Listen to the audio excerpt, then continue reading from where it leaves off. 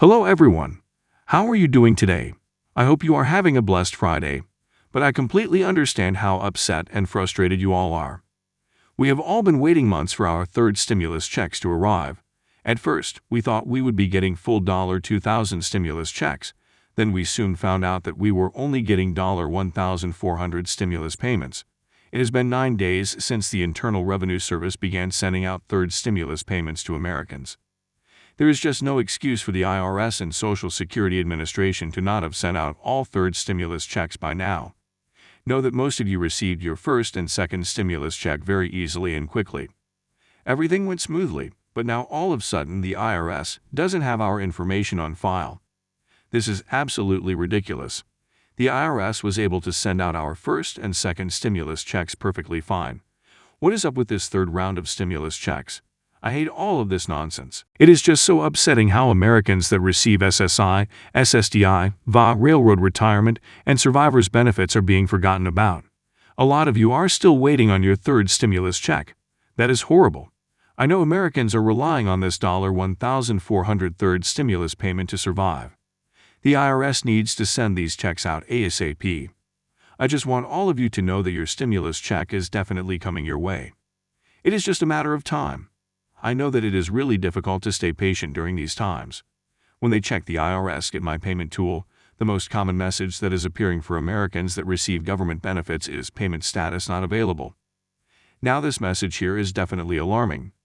But if you receive government benefits such as SSDI and VA, don't worry. This message likely means that your payment has not been processed yet. But it is actually a good thing if you notice a different status message than the last time you checked the IRS Get My Payment tool.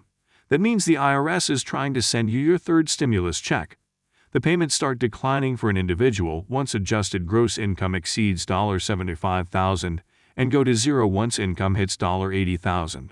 The payment starts declining for married couples when income exceeds $150,000 and goes to zero at $160,000. It could also be that the IRS does not have enough information to send you your payment. If you received your second stimulus check and you haven't moved or changed banks, then you should be fine. In most cases right now, it is that the IRS has not begun processing your check yet. Don't worry though. More and more batches of stimulus checks will be sent out in the next following weeks, everyone. Your stimulus check will certainly come soon, but I completely understand that you are worried that the IRS might be forgetting about you. Well, the IRS definitely should have noticed that millions of Social Security recipients had not received their checks yet.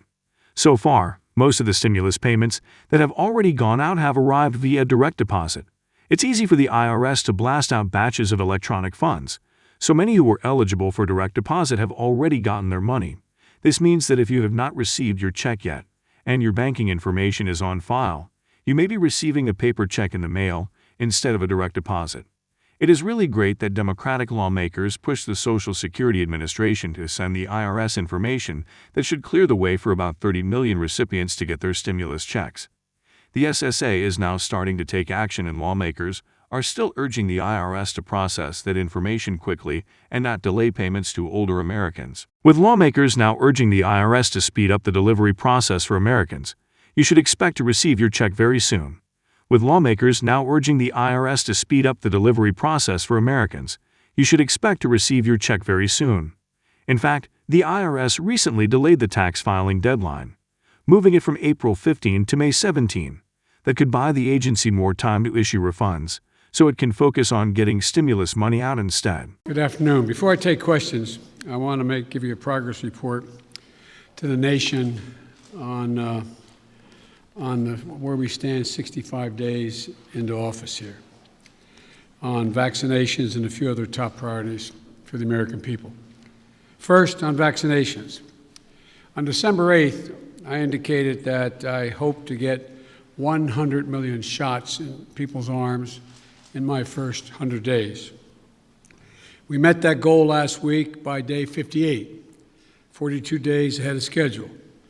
Now today I'm setting a second goal, and that is we will, by my 100th day in office, have administered 200 million shots in people's arms.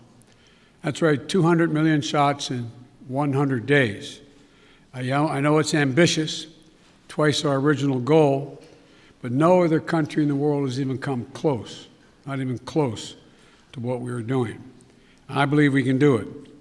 And today, we made a historic investment in reaching the hardest hit and the most vulnerable communities, the highest risk communities, as a consequence of the virus, by investing an additional $10 billion in being able to reach them.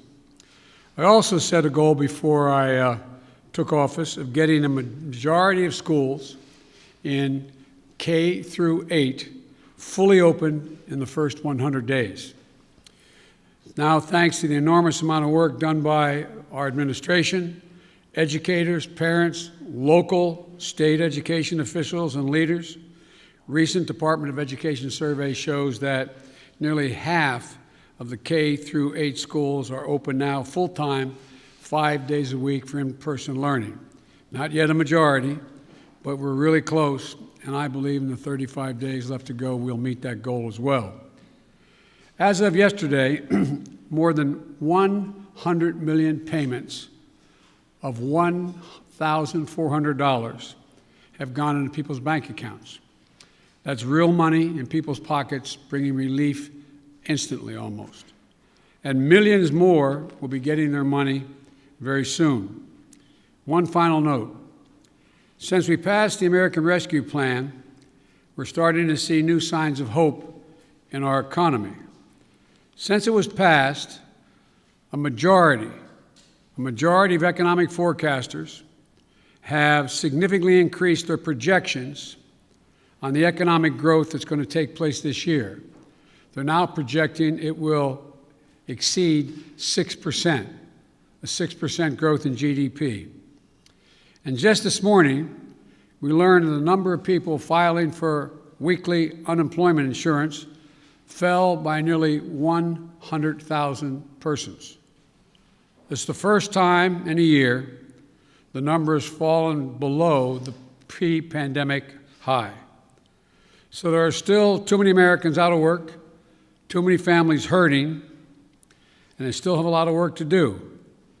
But I can say to you, the American people, help is here and hope is on the way. Now I'll be happy to take your questions. Zeke, the Associated Press. Thank you, Mr. President. You mentioned your progress on COVID-19. I'd like to ask you about some of the other issues facing your presidency. One of the defining challenges you face in the coming months is how to deliver on your promise to Americans on issues like immigration reform, gun control, voting rights, climate change. All of those right now are facing stiff, united opposition from Republicans